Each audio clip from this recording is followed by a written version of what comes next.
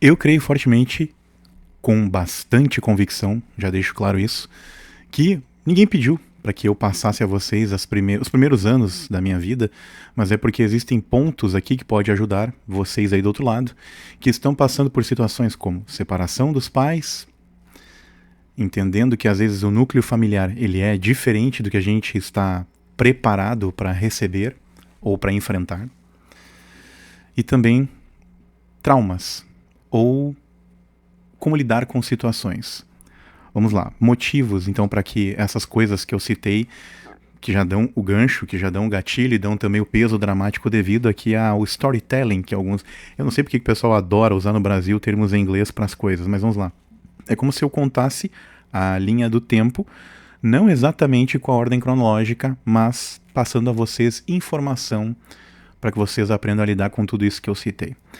Então, o primeiro paralelo que eu devo citar aqui é, obviamente, até os 4 anos de idade de qualquer ser humano, dificilmente, para não dizer nunca, raramente alguma criança ou pessoa, enfim, que é adulta hoje, lembra dos seus primeiros 4 anos de vida.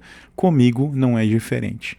Mas teve uma situação traumática, emblemática na minha casa, que eu lembro que eu devia ter os meus 4 anos. Então, assim, bem nesse período, eu ainda era sei lá, um menino. Eu não sei se eu usava fralda ainda com essa idade, não lembro mesmo. Mas eu usava aquelas roupas que a mãe vestia e que na rua tu teria vergonha de usar. E eu lembro que havia uma pessoa da minha família ao qual não dá para citar o nome porque existem na sua linha sucessória pessoas que são descendentes dela. Então, se eu citar o nome, eu posso acabar, sabe, frustrando, gerando problemas para essas pessoas e elas não têm nada a ver com o feito do seu ancestral ou de quem veio antes. Mas essa pessoa, numa ocasião, tem ligações com a minha mãe, ou seja, uma linha de parentesco. Ela estava lá por um tempo. Uma pessoa na fase adulta, ou seja, próximo da idade que eu tenho hoje, em torno aí de seus 40 ou próximo disto, tanto para mais como para menos, e essa pessoa um dia declarou fortemente: se tal pessoa não vier com dinheiro aqui, eu vou tocar fogo na casa de vocês. E eu lembro, eu e meu irmão arregalamos os olhos, e óbvio que foi assustador aquilo, porque foi falado com o fígado. Enfim, aí eu tenho um episódio onde...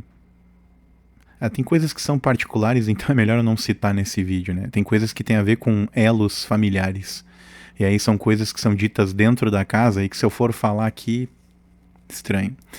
Bom, passado um tempo, daí eu começo a ir pra rua brincar, porque obviamente crianças dos anos 90, nascida no fim ou no meio dos anos 80, tinham esse tipo de convivência. Afinal, vivíamos em um mundo onde não existia internet.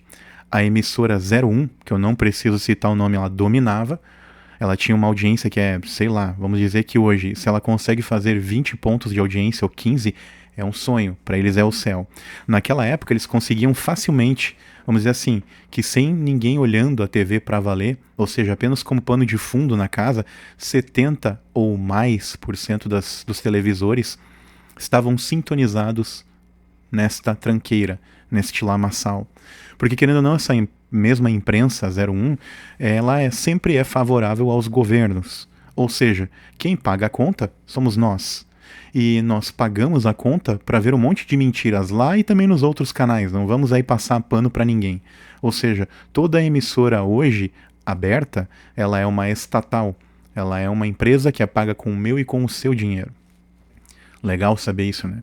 E aí eles são pagos para mentir, em detrimento de favorecer o bolso deles. E eu até entendo uma parte disso, porque eles obviamente têm bocas lá para sustentar. Existem famílias lá que dependem disso.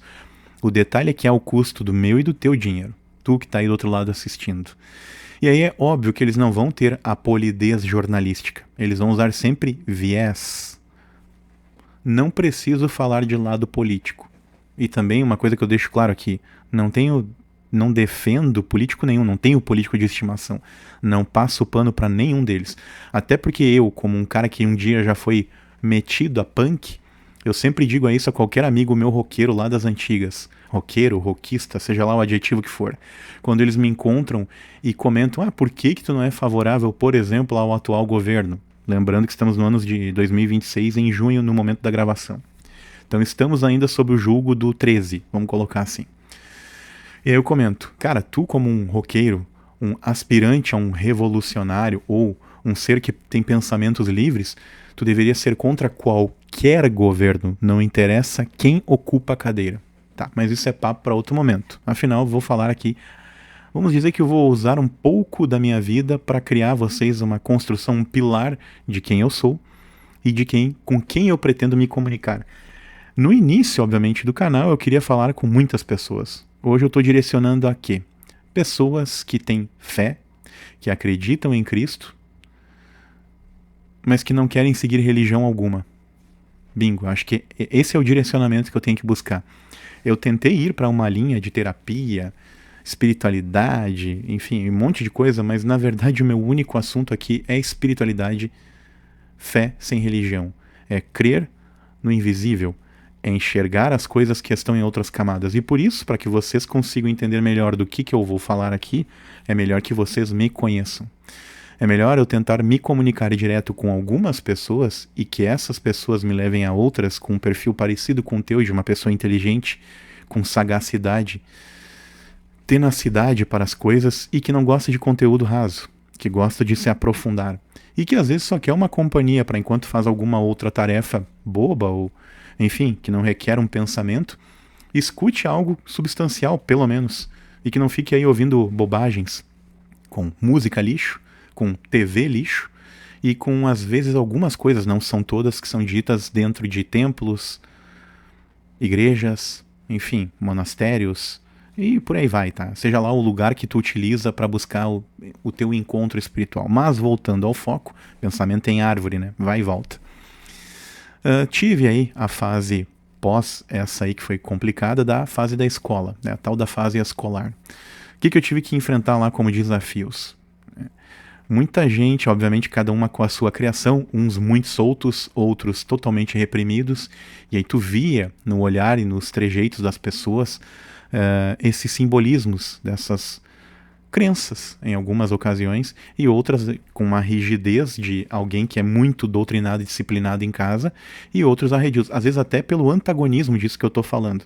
Ou seja, uma pessoa muito reprimida em casa, chega na escola e solta todo o seu lado mais maluco, absurdo, enfim, o seu lado mais histriônico, o seu lado mais excêntrico. E aí pense, uma criança sem a devida polidez de um adulto, que não tem assim muito do trato social ainda, porque não desenvolveu, não alçou esse tipo de, enfim, conhecimento e também esse nível de maturidade, obviamente, essa pessoa vai agir de uma maneira muito mais sem filtro. Lógico, falta a polidez de uma conduta social. E aí, é óbvio que a gente tinha as crianças, né, olhando o mundo de Bikman, De Volta à Lagoa Azul com cenas picantes, para não falar outra coisa, que assistiam Banheira do Gugu, nos anos 90, e que obviamente olhavam aquela programação da madrugada da Band. Então tu junta essas informações com, às vezes, filmes inapropriados, tipo o Goonies ainda era suave, Porks era um filme já pesado, porque tinha esse lado B aí que eu tô falando para vocês, que vocês compreenderam, né? Pessoas desprovidas de roupas, vamos falar assim. Juntando tudo isso num caldeirão, né, o que nós tínhamos da emissora 01, que eu falei antes? E aí eu vou traçar para vocês os paralelos do que acontecia comigo na escola, que querendo ou não é reflexo do que a gente tinha na TV disponível. Então vamos lá. Na época, anos 90, para quem aí tem 20, 15 anos e está assistindo esse vídeo, o que eu vou deixar claro é: vocês hoje têm internet, vocês têm informações descentralizadas. Essa aqui mesmo é uma destas informações descentralizadas. Elas estão em camadas diferentes e existem bolhas para esses nichos. Ok, perfeito. Pense que na época, eu criança, ou seja, eu aí com os meus 12 para baixo, o que nós tínhamos? A emissora 01 e umas 2 ou 3 opções em outros canais com programação infanto-juvenil, vamos colocar assim. E aí, obviamente, pós-meia-noite, algumas coisas mais pesadas. E nós ficávamos acordados. Então a gente tinha acesso a isso. Na época também tínhamos a MTV, que é, vamos dizer assim, a coisa mais próxima que a gente tem do YouTube hoje. E na época, guardadas as devidas proporções, e MTV não se ofenda, a MTV dos anos 90, aquela boa, a MTV que era legal. Era uma coisa meio um misto de Felipe Neto com uma pitada de Hermes e Renato. Tá, então vamos lá. Claro que daí eu chutei o balde total nos 2 pontos, né, do que eu falei. Mas vamos tentar aí compensar, equilibrar a equação do que eu tô falando. Eu espero que esse meu jeito de falar não seja chato para vocês, tá? Mas é que eu tô tentando de uma maneira qualificada passar para vocês informações que ora podem ser pesadas. Então eu tenho que usar uma linguagem mais tênue para passar nos filtros do YouTube, óbvio. Senão vocês aí podem ouvir coisas que podem fazer esse vídeo até cair. Mas vamos lá. Então, tínhamos a emissora 01, ok? E tínhamos as outras, todas pagas. O que acontecia com esse tipo de informação? Como nós tínhamos apenas 4 ou 5 opções na época, tinham outras, tá? Mas eram aquelas rádios lá, sei lá, TV Aparecida, missa o tempo todo, ou então CNT Gazeta com algum programa muito aleatório, tá? Então o que nós tínhamos? TV Cultura, Castelo Rá-Tim-Bum, Gloob Gloob, coisas nesse calibre. Tínhamos a emissora 01 com a sua programação, como eu falei aí, com esses filmes picantes e afins. Tínhamos também na TV Cultura, se eu não me engano, ou na CNT, Mundo de Bikman, mas acho que era TV Cultura. Tínhamos a Band com Band Kids, tínhamos a Manchete com Cavaleiros do Zodíaco, heróis japoneses de roupas coloridas que remetem e que são os precursores do Power Rangers, então só para dar um background a vocês. Eu só não vou largar essas imagens aqui para não ter muito trabalho com a edição, tá? Mas qualquer coisa, pesquisem, porque os nomes citados aqui vocês vão ver na transcrição. Tem aquele símbolo ali do Gemini, que parece uma estrelinha, cliquem lá, peguem o resumo e vocês terão o texto aqui, basicamente a transcrição desse vídeo. E aí pesquisem de maneira aleatória, randômica o que eu tô falando. Então imaginem, nós, hoje com 40 e poucos anos, 35, nós tínhamos uma meia dúzia de informações à disposição. E nos finais de semana os acontecimentos eram ou esportivos, televisionados, né, ou uma outra notícia mais caudalosa, se é que vocês entendem, no sentido de como se estivesse escorrendo tinta vermelha na tela da TV. Então eram essas informações que nós tínhamos. Nós tínhamos uma criação onde todo mundo tinha uma consciência coletiva. Era meio que uma única informação. Existiam as informações randômicas, mas era tudo mais centralizado. Hoje não. Então por isso que a gente tem hoje bolhas de gente que, sei lá, olha K-pop e dorama, e na contrapartida tu tem às vezes na mesma sala de aula alguém que olha só Naruto. Sei lá, tô aqui chutando coisas, né? E que daí vai chegar na adolescência com essas bolhas, essas panelas, cada uma afastando essas pessoas, repelindo elas umas das outras. E obviamente criando culturas diferentes. Só que ao mesmo tempo, essas pessoas elas chegam em casa e elas têm acesso à internet. E na conversa, às vezes, de mesmo achando que está numa bolha isolada, sempre tem aquele, ou cada um, que tem uma ou outra informação que não é essa centralizada. E aí acaba que hoje nós temos uma disseminação de informações muito maior. E também uma propagação de velocidade maior. Então imagine, nós, com a nossa formação dessa época, o que acontecia? Éramos influenciados a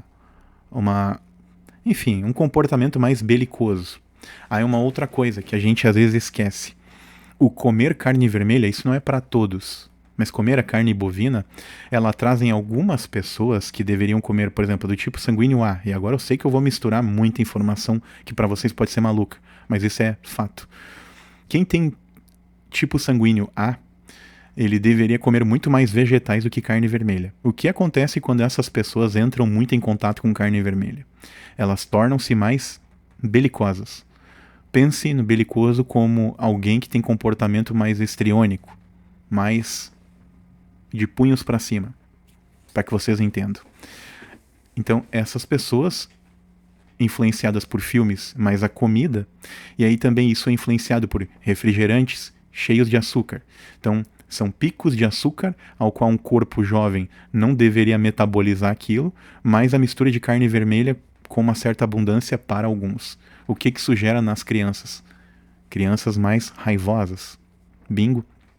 Aí com a influência de pessoas desprovidas de roupas às vezes, somando todo esse caldeirão, imagine como é que eram as conversas, imagine como é que eram os comportamentos.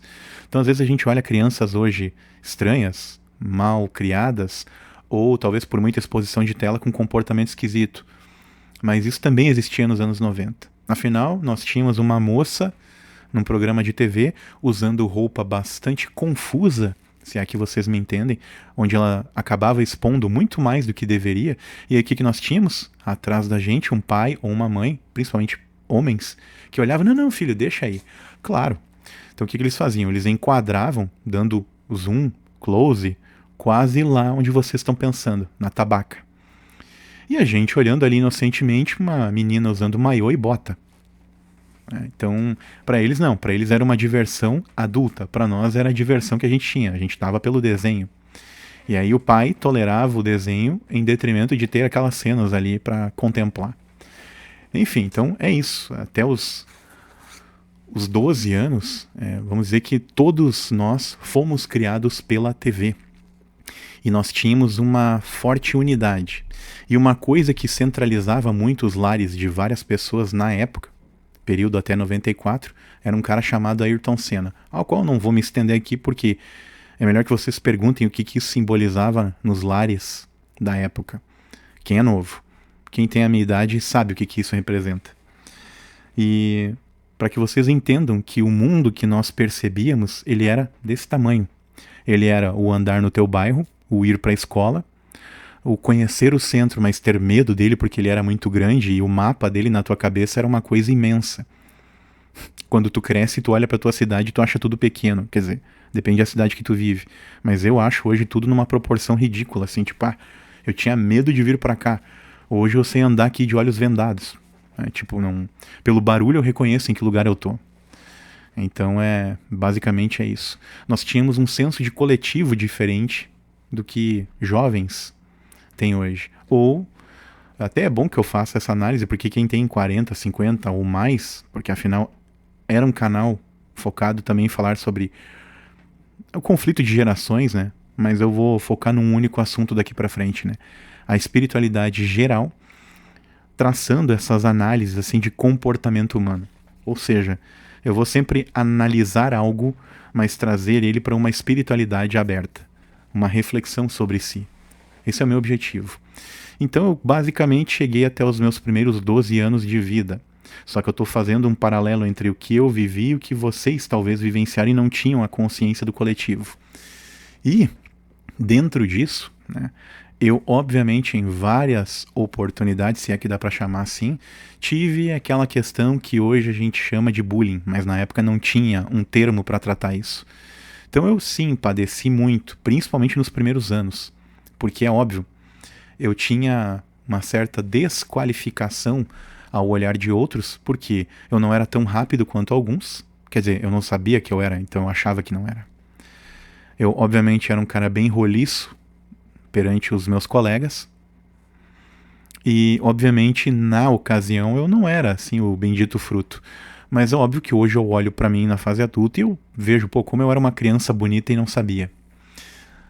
Mas é isso. E os traumas chegou ali aos meus 8 anos, ou seja, eu mal tinha entrado no ensino fundamental, passei na época pelo pré, né, a pré-escola, que hoje eu acho que é a primeira, e ali pelo meu segundo ano, ou seja, a segunda série que hoje deve ser a terceira, no atual modelo do fundamental, ali houve essa ruptura dos meus pais. E aí, óbvio que na ocasião eu achei que isso não tinha criado ou trauma ou nenhum tipo de sofrimento.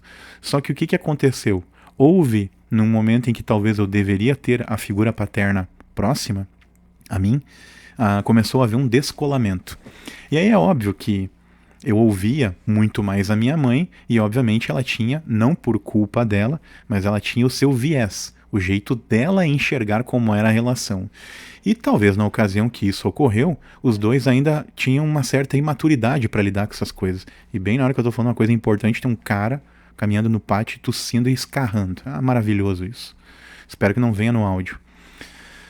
Mas, coisas da vida. Mas enfim, eu acho que isso, na ocasião em que ocorreu, né, dessa ruptura, ali eu não identifiquei trauma ou um ponto como se fosse um marco. Mas essas coisas todas, no decorrer dos próximos 10, 15 anos, ali sim eu senti falta. Ali, a figura paterna ter permanecido ocasionou o quê? Insegurança ou a falta de incentivo, né, a falta de encorajamento para algumas coisas. Que às vezes não é culpa da minha mãe. Então, mãe, Beijo. Às vezes o cara tem vergonha de fazer isso, né? Mas beijo, mãe. Eu sei que tu fez o melhor. E o pai também. O pai tá vivo, graças a Deus, os dois estão. Então eu sei que vocês fizeram o melhor que vocês conseguiram. Isso já é uma declaração aqui. A questão é que eu entendo que meu pai não podia estar tão próximo por uma série de coisas que não vem ao caso eu expor aqui. Mas eu entendo que também eu ouvi muito a minha mãe, embebida um pouco talvez de raiva na ocasião, embebida também de alguns sentimentos confusos. Muitas vezes ela acabou prejudicando o meu relacionamento com meu pai. E com o tempo isso criou ainda mais afastamento, que eu vou contar num outro vídeo que vai ser a parte 2 disso aqui, para quem ficou curioso. Mas essa fase onde eu via daí meu pai menos, como eu falei a vocês, na fase ali dos 21, 19 a 21, foi uma fase onde eu tive uma relutância comigo mesmo para, por exemplo, ir atrás da carteira de motorista. E aí minha mãe, muito imbuída, obviamente, da sua espiritualidade feminina e do seu viés feminino, muitas vezes, talvez, e também por crenças limitantes que eu falo em outro vídeo aqui a respeito, ela também não incentivou, ela não encorajou e ela também não procurou, assim, conversar comigo sobre, por exemplo, carteira de motorista, que eu sei que é uma coisa besta para a maioria de vocês, mas que na minha geração era muito importante ter. E que, tipo, logo aos 18 tu já tinha que estar lá fazendo a tua CNH, né? Que, enfim, era o marco da vida de quem tinha 18 anos. Né? Pô, vai lá e faz a tua carteira de motorista. E eu não, basicamente eu passei batido por esse período aí. Eu não tinha essa ansiedade. E também por uma questão de grana, porque desde sempre eu comecei a trabalhar com 11 anos, e isso é uma parte que eu deveria ter falado antes. Eu comecei a trabalhar muito para não ficar em casa, porque eu tinha uma porcaria de um vizinho da minha idade, aliás, ligeiramente mais velho, que ele literalmente me agredia, vamos colocar assim. Não sei se esse termo vai passar numa boa ou não. Né? E óbvio, ele tinha uma vantagem física devido à idade e ele era judoca. E eu não.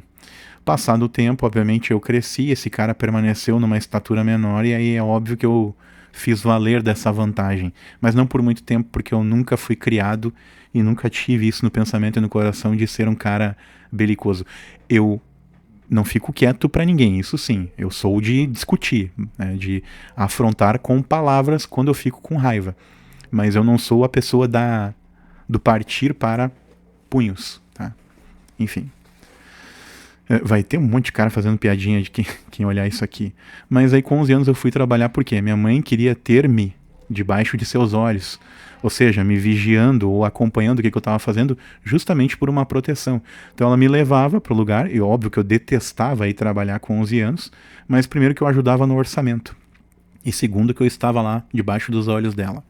Mas uma coisa que eu queria pontuar aqui, eu sempre, desde o primeiro trabalho, eu sempre contribuí com o ordenado em casa. Eu sempre paguei pensão, eu sempre paguei um aluguel para a casa da minha mãe, enquanto eu morava lá. E aí alguns amigos, vamos colocar aspas aí, uns idiotas, mencionavam pra mim às vezes, bah, cara, tu não tem 30 pila pra nós ir num paintball, ou sei lá, uma diversão. Eu, cara, não tenho, porque eu tenho que ajudar. E os caras não entendiam, afinal eles além de trabalhar ganhavam mesada, alguns desses caras. Ou seja, os caras tinham dinheiro pra si, pra aventurar e torrar com bobagem. Eu não.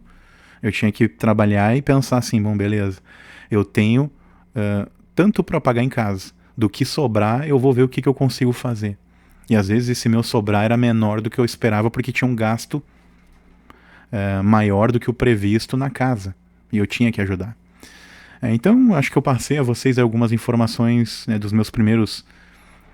vamos dizer assim que é os primeiros 15 anos da minha vida, né? Mas tem a fase que eu virei punk, que acho que é onde eu tenho que começar o próximo capítulo aí no outro vídeo, onde eu vou contar entre os 14 e os 21. Então, na verdade, sim, eu fiz era para ser os primeiros 12, mas vamos dizer assim que eu fiz os primeiros 13 anos de vida, 12 a 13.